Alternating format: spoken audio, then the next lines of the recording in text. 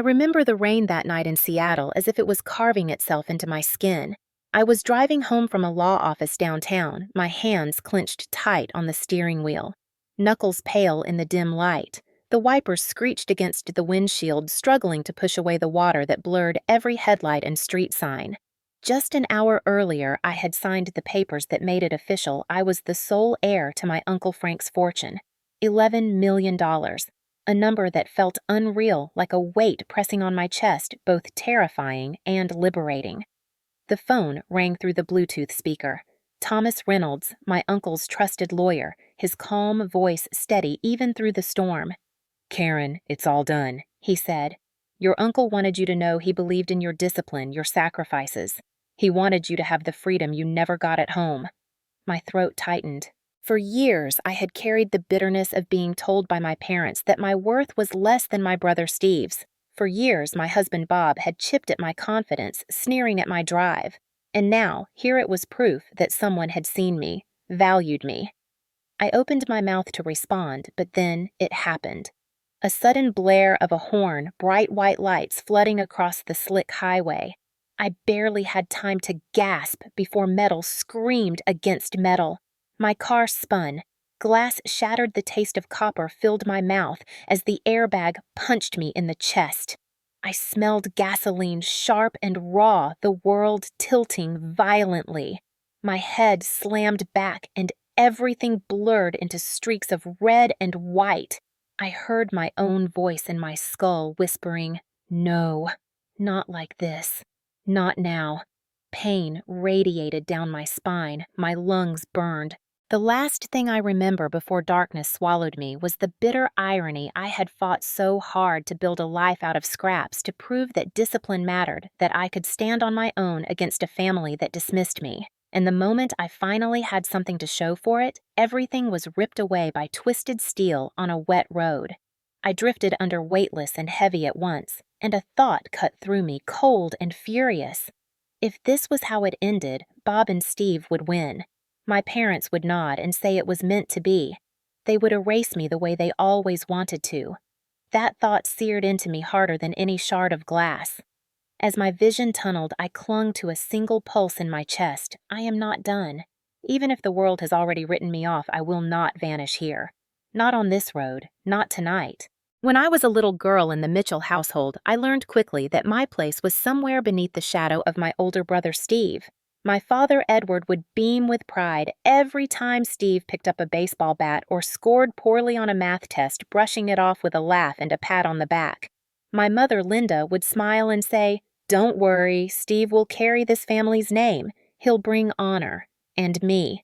I was the daughter expected to smile quietly, to wash dishes, to study, without making noise. To know my worth was in how little I demanded. I remember one winter when I was 15, our heat broke and I stayed up late under a blanket with a flashlight finishing a scholarship essay. Steve was in the next room playing video games, the glow of his TV spilling into the hallway. I overheard my parents talking in the kitchen. "We should put money aside for Steve's tuition," Linda whispered. "Karen will marry someone who can take care of her. She'll be fine." The words carved into me sharper than the cold air on my skin. From that moment, I swore no one would ever decide my worth again. Every choice I made after that night was shaped by that vow. I got into the University of Washington on a full ride, juggling 3 part-time jobs. I worked in a coffee shop at dawn, filed papers in an office after class, and tutored at night. Steve. He dropped out after a year at a private college. My parents paid for his debts, piling higher than the stacks of pizza boxes in his room. Still, my parents called him our pride and joy. They called me the responsible one, but only when they needed a bill paid. My 20s blurred into a grind. I learned how to stretch a dollar, how to save, how to invest. I read every book on finance I could get my hands on, building a discipline that was as much armor as it was ambition. By 30, I was a financial analyst wearing suits I bought secondhand, walking into meetings where men twice my age dismissed me with a glance. I pushed harder. Numbers became my language, the one place no one could tell me I was less. Then came Bob. Robert Carter. He was charming at first, the kind of man who knew how to look at you like you were the only person in the room. He told me he admired my drive, that I was unlike any woman he had met. I wanted to believe him. I was tired of carrying everything alone, tired of hearing Linda say, a woman without a husband is incomplete. So when Bob proposed, I said yes. For a while, I allowed myself to hope. But marriage has a way of unmasking people. Bob lost his job 6 months after our wedding. At first, I told myself it was temporary. I picked up extra work, paid the bills. Then his spending grew reckless. Golf clubs, new electronics weekends away with friends while I stayed home balancing the accounts. When I confronted him, his smile turned cruel. "You make enough," he said. "Why should I deprive myself? Isn't that what marriage is, sharing?" He didn't mean sharing the burden. He meant siphoning my strength to fuel his comfort. And then came the alliance I didn't see coming. Steve and Bob bonding over drinks, mocking me when they thought I couldn't hear. "Karen works like a mule." Steve laughed. "Better her than us." My stomach churned hearing Bob agree, their voices carrying from the porch one summer night. That was when I realized the men closest to me had found common ground, not in loving me, but in exploiting me. Still, I endured. I told myself discipline would outlast betrayal. I built my savings, invested smartly, ignored the ache in my chest each time my parents praised Steve for nothing. I gave them money when they asked repairs for the house, a loan Steve never repaid. They never said thank you, but I kept going, because I believed if I worked hard enough, anyone would see. Uncle Frank was the only one who did. My father's younger brother, a man with a booming laugh and a sharp mind. Frank used to slip me books when I was a child. "Keep your head sharp, kid," he'd say. "Discipline pays off." When Steve got into trouble with the law, Frank bailed him out once, but after that, he turned his attention to me. Quietly, he followed my career, sent congratulatory notes on my promotions, told me he was proud. I didn't realize until the reading of his will how much he had watched, how deeply he understood. "Karen earned every bit of this," Thomas said that night in his office, his voice steady. "Frank believed in you." The words hit me like a tide.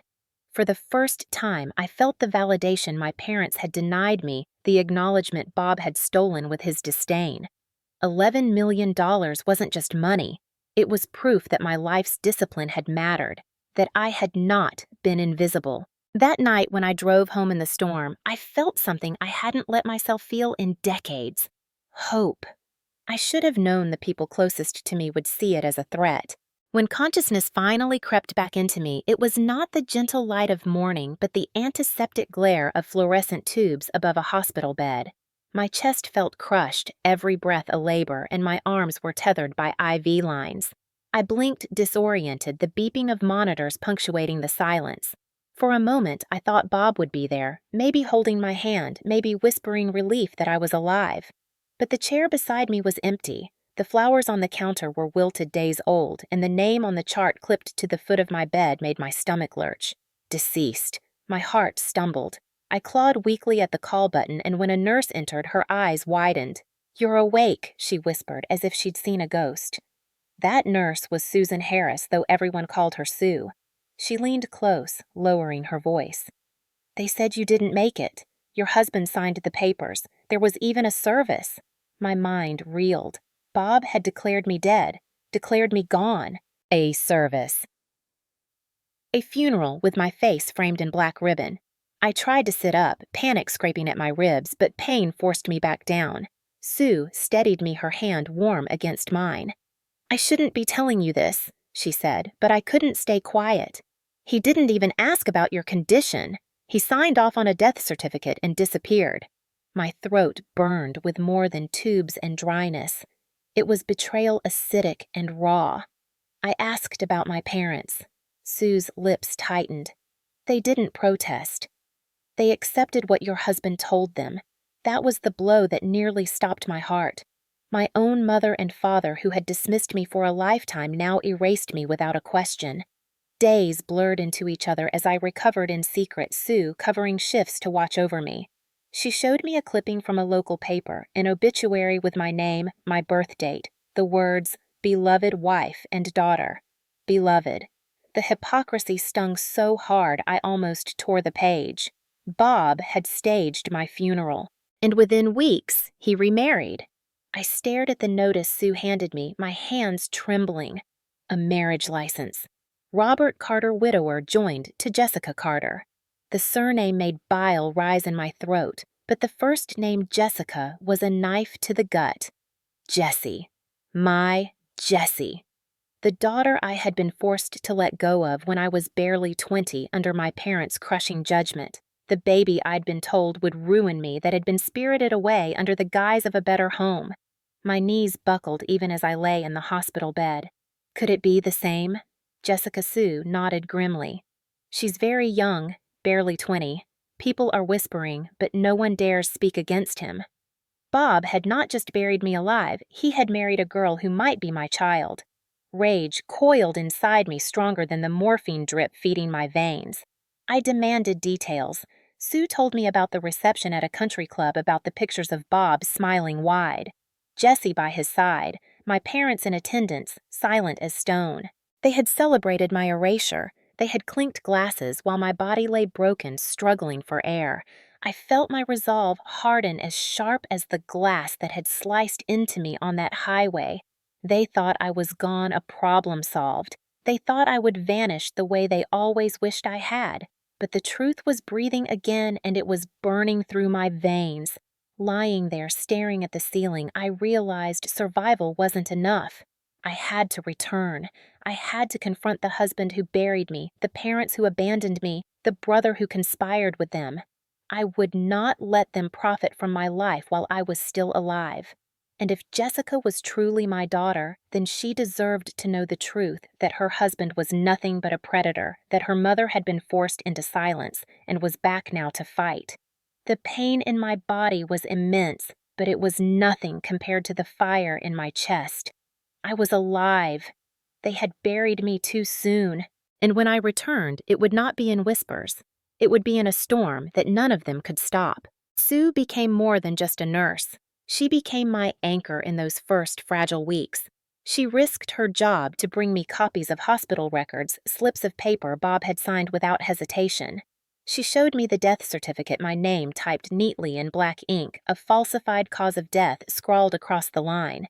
Seeing it made my skin crawl. To the world, I was already gone. One evening, when the ward was quiet and the machines around me hummed like insects, she leaned close and pressed a small recorder into my hand.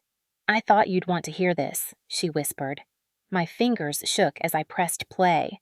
Bob's voice, arrogant and slurred from drink, filled the room. "She's finished," he told Steve, laughter bouncing between them. "With her gone, the money's mine. We'll split it and no one will question it. Karen always thought she was better than us. Now she's nothing." Steve's voice followed smug and satisfied. "About time. Dad and Mom always said she was too stubborn. This is how it should be." The betrayal was no longer just suspicion, it was documented, undeniable. My body trembled, but my resolve grew sharper. I wasn't only fighting for myself anymore. I was fighting against every dismissal, every sneer, every time they told me I was less because I wasn't the son. The next morning, Thomas Reynolds walked into my room. He had gray at his temples, sharp eyes behind his glasses, and the kind of calm presence that made chaos feel temporary. "Karen," he said quietly. Frank prepared for this. My heart lurched, prepared for what Thomas set down a leather folder, sliding it open. "Your uncle knew your family. He suspected they would try to undermine his wishes. He included protective clauses in the will. If anyone attempted to declare you unfit, or God forbid dead, the inheritance would lock into a trust until the courts confirmed otherwise." I stared at the papers, the legal language swimming before my eyes. "So they can't touch it?" Thomas nodded. "Not if we act carefully, but you need to be ready. They will fight, and they won't hesitate to drag you through the mud if you show yourself too soon." I thought of Bob toasting with Jessie on his arm, Steve grinning like he had finally won, my parents nodding in approval. I clenched my fists, pain shooting up my arm, but I didn't let go. "I won't let them win," I said, my voice raw. Sue touched my shoulder. "Then we'll help you. You're not alone anymore." In the weeks that followed, Thomas became my strategist. He mapped out how we could document everything: Sue's recordings, the false death certificate, the marriage license filed suspiciously fast. We gathered financial records that showed sudden transfers from accounts Bob had no right to access. Thomas explained that if we presented it correctly, it would be more than betrayal, it would be fraud conspiracy and a crime punishable by prison. At night, when the hospital quieted, Sue and I whispered like conspirators. She told me about watching Bob strut through the corridors after signing my papers, his voice dripping with satisfaction as he asked about timelines. "He didn't even look at you," she said softly. "It was like he was glad you were gone." Each detail hardened my resolve. I began to picture it not just surviving, not just reclaiming my life, but standing before them, tearing away their lies with evidence they couldn't deny. For the first time in years, I felt the burn of purpose that had driven me through school, through every night of double shifts, through every dismissal. It was back stronger than ever. And this time, it wasn't only about proving I was enough. It was about justice, about making sure every person who had buried me alive would pay for it. Recovery was slow. My body stitched and bruised, but my mind sharpened every day. I spent hours with Thomas memorizing every clause of Uncle Frank's will, every loophole that Bob and Steve were trying to pry open. Sue continued slipping me recordings and documents. The more I saw, the more I realized they weren't content with erasing me. They wanted to drain every drop of wealth Frank had entrusted to me. One night, Sue smuggled in another recording. I pressed play, my pulse hammering as Bob's voice filled the room. "It's all under control," he bragged to Steve. "She's officially gone. The accounts will be consolidated in weeks. We'll funnel the money through that shell company. No one will ever know." Steve laughed a sound that made my stomach turn. Finally, brother-in-law. Karen was always a thorn. Dad and Mom say this is how it was supposed to be all along. A woman doesn't need millions. She doesn't even need a seat at the table. Their words cut deeper than the shards of glass from the accident. My parents' approval of my erasure was confirmation of what I had always known, but never wanted to face. They had never considered me equal. They had raised me to be disposable, useful only until the men decided otherwise. I closed my eyes, trembling as Sue's hand steadied me. "Let them talk," she whispered. "The more they reveal, the stronger your case will be." But this wasn't just about court anymore. I imagined the smug look on Bob's face, Steve's arrogance, my parents' silence. They thought they had buried me for good. They thought the money was already theirs.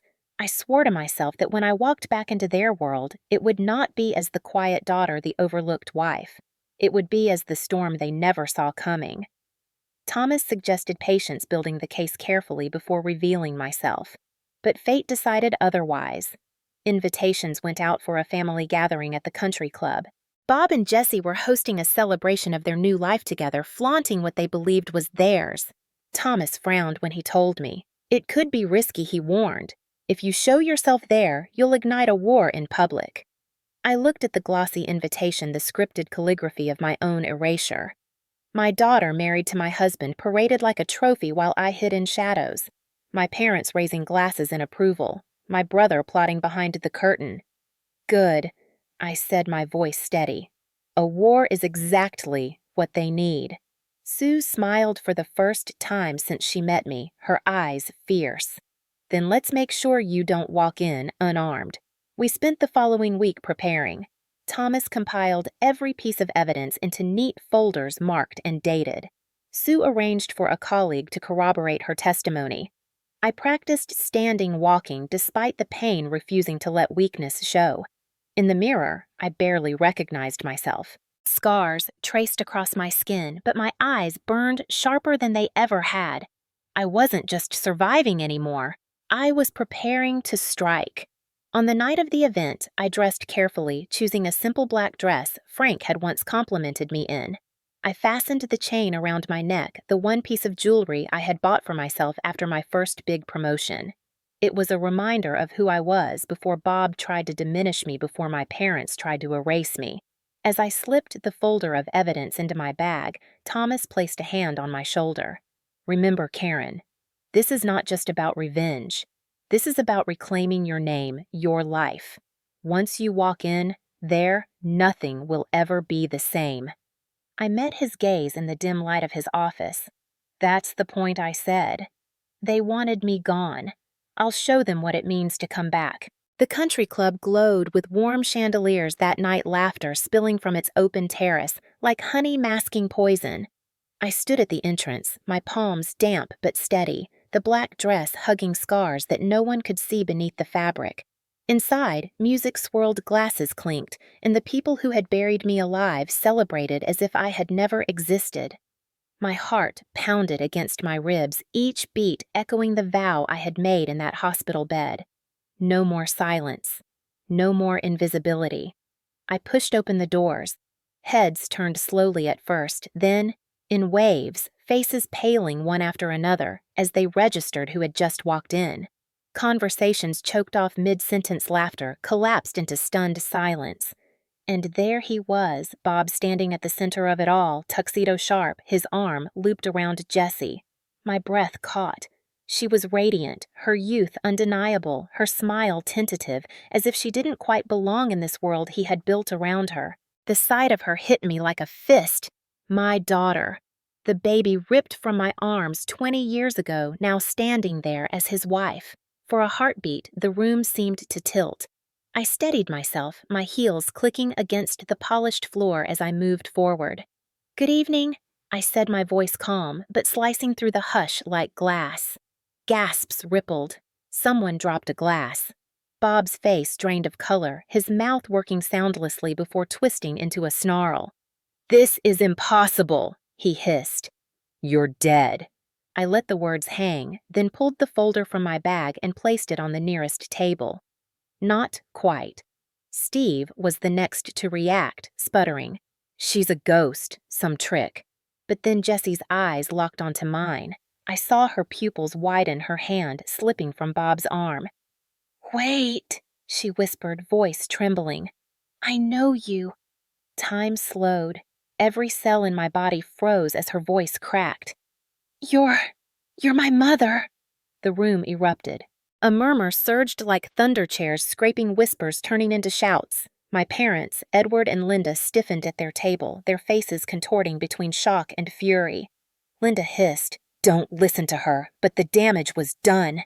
Jessie staggered back from Bob, eyes brimming with tears. "You told me she abandoned me," she cried, her voice carrying across the hall. "You said she was nothing. You said—" She broke off, clutching her chest as the realization shattered her. Bob reached for her, but she shoved him away. I stepped closer, my voice low but unwavering. "They lied, Jessie. They lied to both of us. I never left you. I was forced. And when Frank left me, his inheritance, they tried to erase me for good. They buried me alive so they could take it all." I turned slowly, sweeping the room with my gaze, letting the silence bite. And they thought they'd won. Bob lunged, then desperation breaking his mask. "Don't listen to her," he shouted, his voice cracking. "She's insane. This is all a setup. She's nothing but a bitter." I cut him off by slamming down the recorder Sue had given me. The click of the button echoed like a gunshot, and then his voice filled the air. "She's finished. With her gone, the money's mine. We'll split it and no one will question it." Gasps filled the room. Steve's face drained of color, sweat beading his forehead. My parents sat frozen, their silence louder than any denial. When the recording ended, I let the stillness speak for me. Jessie's sob broke it. She backed away from Bob, her gaze darting between us before finally settling on me. "All this time," she whispered, "you were alive. You were fighting. And they made me believe you didn't care." Tears burned my eyes, but I held her gaze steady. "I always cared. They stole you from me. But you are not theirs to control anymore." The hall descended into chaos, guests shouting, phones, snapping photos, whispers of fraud and scandal spreading like wildfire. Bob tried to snatch the folder of evidence, but Thomas, who had been waiting just outside, stepped in, blocking him with calm authority. "I wouldn't," he said coolly. "These are already with the court. Tonight is just the courtesy of truth." Bob's face, twisted fury consuming him. He looked at Jessie, reaching out like she was still his possession. "You're mine," he growled. Jessie flinched, then stepped firmly behind me. Her voice was clear, trembling, but strong. "No, I'm hers." And in that moment, the last of Bob's power crumbled. Edward finally rose, his voice booming in false authority. "Karen, stop this madness! You'll destroy the family!" I turned to him, meeting his eyes without flinching.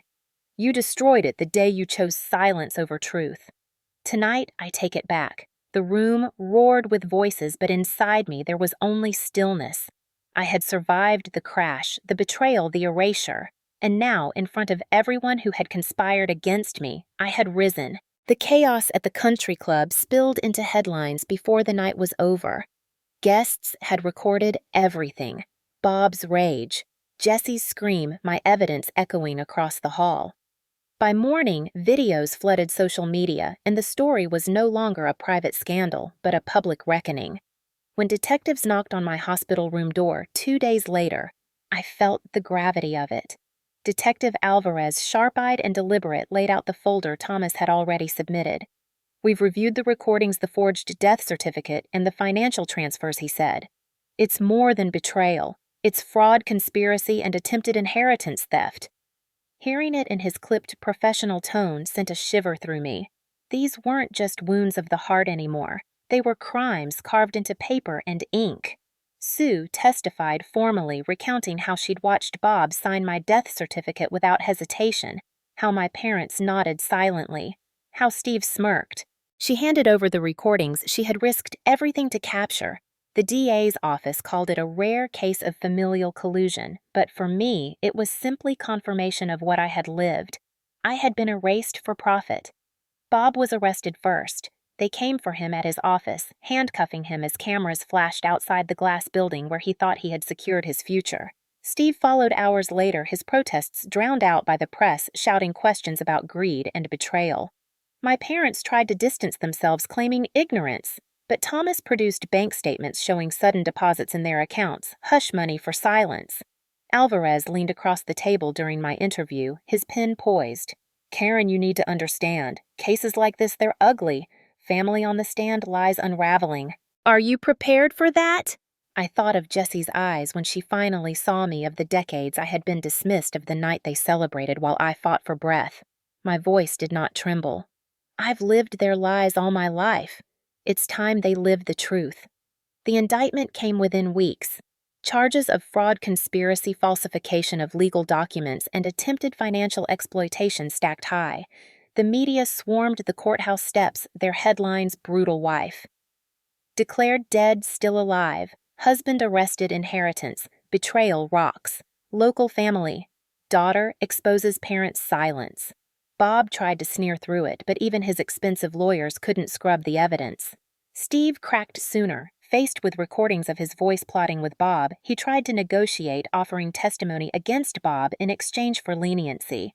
But his words only confirmed what we already knew, that the betrayal was systematic, endorsed by my parents, fueled by greed. Edward and Linda were served subpoenas. Sitting across from them in the deposition room was surreal. My father's jaw was set, my mother's eyes darting anywhere but mine. "You signed the papers Alvarez pressed." Edward shifted. "We trusted Robert. He told us she was gone." "What were we supposed to do?" I leaned forward, my voice cold. "You were supposed to ask. You were supposed to fight for your daughter. Instead, you fought for the money." The silence that followed was heavier than any gavel. When the grand jury returned indictments, I felt the breath I had been holding for years finally leave my lungs. Bob faced the harshest charges. Steve, not far behind my parents, swept into counts of conspiracy. Jessie stood beside me on the courthouse steps, her hand slipping into mine. Trembling, but sure. Cameras flashed, voices shouted questions, but all I saw was her profile, the curve of her cheek that mirrored mine, the strength in her jaw.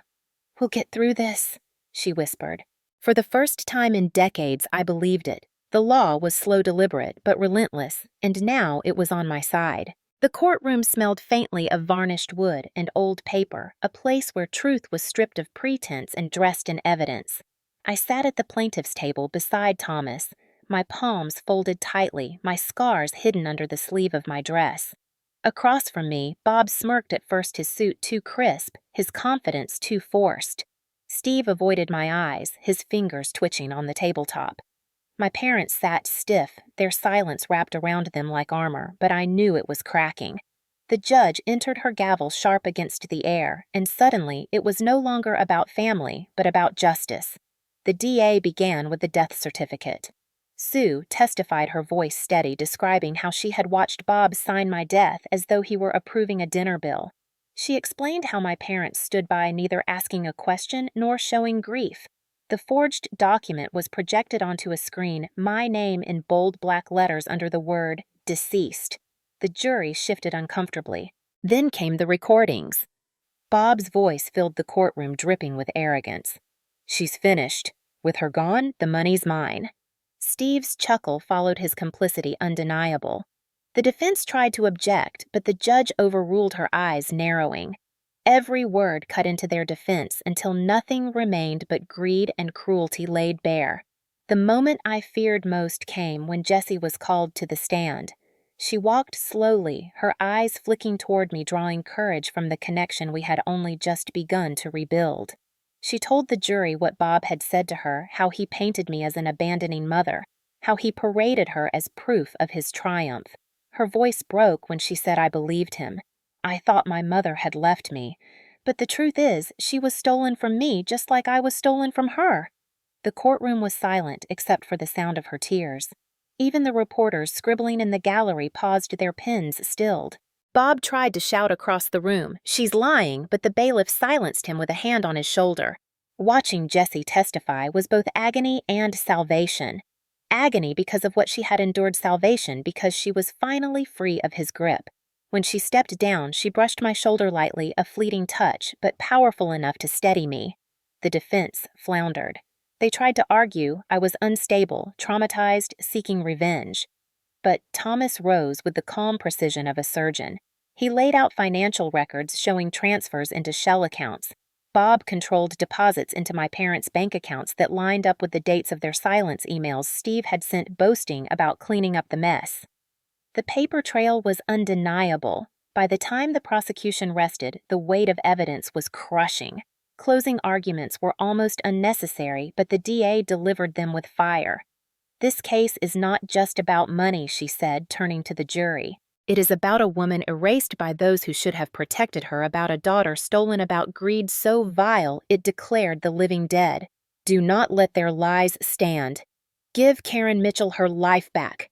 The jury deliberated for only 4 hours. When they returned, the foreman's voice was steady. "On all counts of fraud, conspiracy, and falsification of documents, we find the defendants guilty." The words hung in the air like bells ringing after a storm. Bob's smirk shattered into rage, his shouts muffled as deputies pulled him to his feet. Steve's face crumpled, tears streaking down the mask of arrogance he had worn for so long. My parents did not speak. Edward stared at the floor. Linda's lips trembled, but no sound came. Sentencing came weeks later. Bob received 20 years, Steve 15, my parents 5 each for their role in the conspiracy.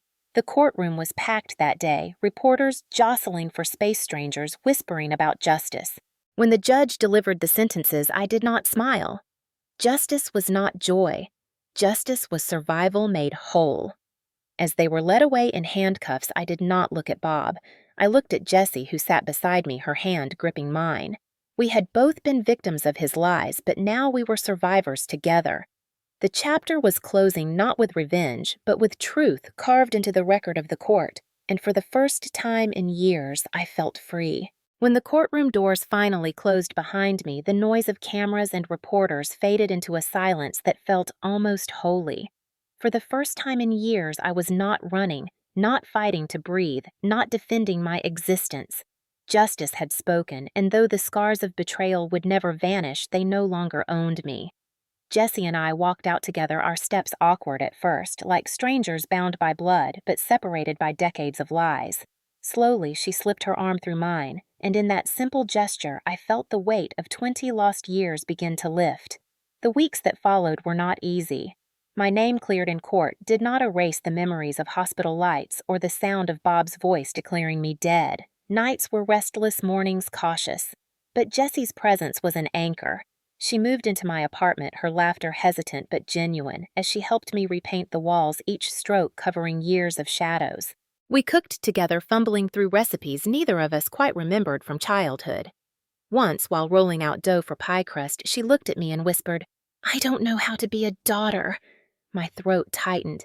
"And I don't know how to be a mother," I admitted. "So let's learn together." We laughed, then the sound fragile but real, and in that moment, I knew healing had begun. Thomas visited often, guiding me through the legal maze of reclaiming Frank's inheritance. He spoke in numbers and clauses, but what I heard was freedom. For the first time, the money meant safety, not danger. I set aside a portion for Jessie's future, not as a transaction, but as a promise she would never again be stripped of choice. Sue stopped by with flowers from her garden, her hands rough from soil, her smile soft. She refused to take credit, but without her courage, I would still be buried under lies. I told her once, "You saved my life," and she shook her head. "No, Karen. You saved your own." I just held the door open. Seasons shifted. Leaves turned and fell, and with them, the remnants of fear loosened their grip. Jessie enrolled in night classes, her determination fierce, her eyes shining with a hunger for the life nearly stolen from her. Watching her, I felt a pride that no betrayal could dim. On quiet evenings, I sat on the balcony with a cup of tea, the city humming below, and let myself dream again. Not of wealth or revenge, but of dignity, of chosen family, of the right to live without apology.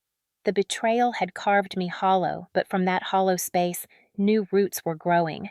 When people asked if I regretted anything, I thought of the scars, the lies, the years of silence.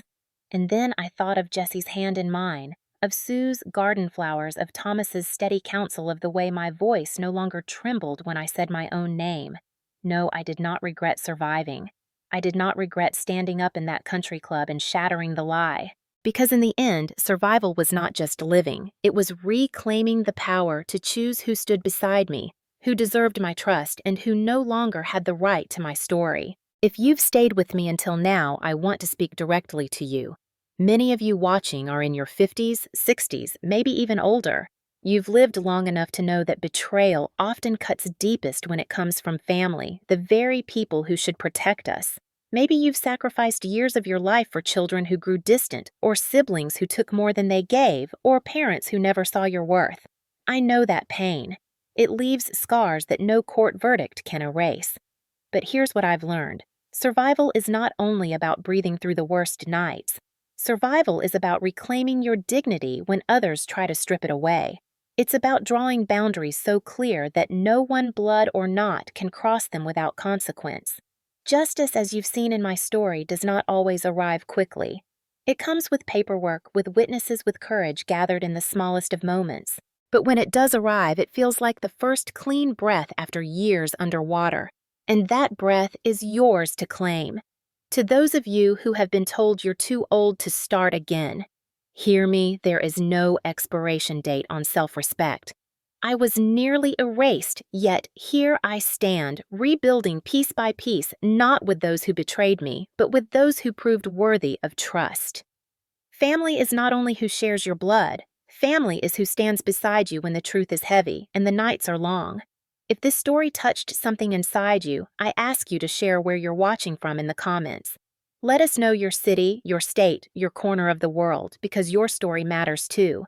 And if you've ever survived betrayal, if you've ever had to find strength when it seemed gone, I invite you to hit that like button. Subscribe if you want more stories of resilience, justice, and dignity reclaimed. This channel is a space where your voice matters, where your pain is seen, and where we remind each other that survival is not the end, it is the beginning.